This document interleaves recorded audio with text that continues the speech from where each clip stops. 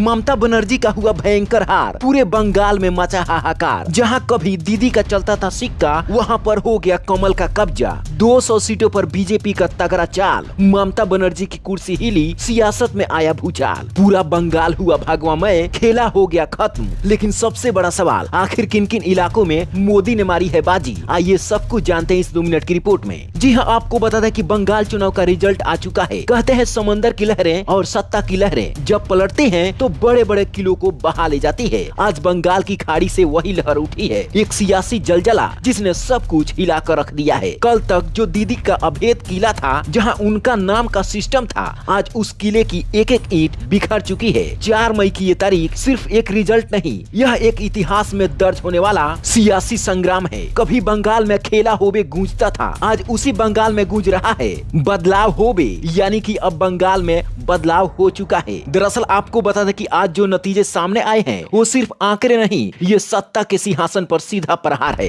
BJP ने लगभग 110 सीटों से अधिक बंगाल के कोने कोने के सीटों पर जीत दर्ज कर ली है। वहीं ममता बनर्जी की पार्टी टीएमसी करीब 100 सीटों के आसपास ही सिमट चुकी है। इस प्रकार एक बार फिर से बिहार से लेकर बंगाल तक मोदी का सिक्का चल चुका है, यानी जिस बंगाल में दीदी का सिक्का चलता था, जहां हवाओं में सिर्फ टीएमसी का असर था, आज उसी बंगाल की जनता ने खामोशी से ऐसा फैसला लिया है कि उसकी गूंज दिल्ली तक सुनाई दे रही है। और एक दिलचस्प बात याद कर लीजिए, जब प्रधानमंत्री मोदी बंगाल में चुनावी रैली कर रहे थे, तब उन्होंने कहा था कि 4 तारीख को जश्न होगा, और आज वो जश्न का दिन आ चुका है। लेकिन टीएमसी के लिए जश्न नहीं, ये एक सबसे लंबी काली रात साबित होने वाली है। ये हार सिर्फ ममता बनर्जी की नहीं, ये हार है उस अहंकार की जिसे लगा था कि उसे कोई हिला नहीं सकता। जिस भौकाल पर सालों का राज था, उसी भौकाल की नींव हिल गई है। जिस किले को अटूट कहा जाता था, आज उसी किले में सबसे बड़ी दरार पड़ चुकी है। यानी जिन जिन इलाकों में दीदी का भौकाली था, बीजेपी ने इन इलाकों में सीधे अंदर घुसकर खेल पलट दिया है।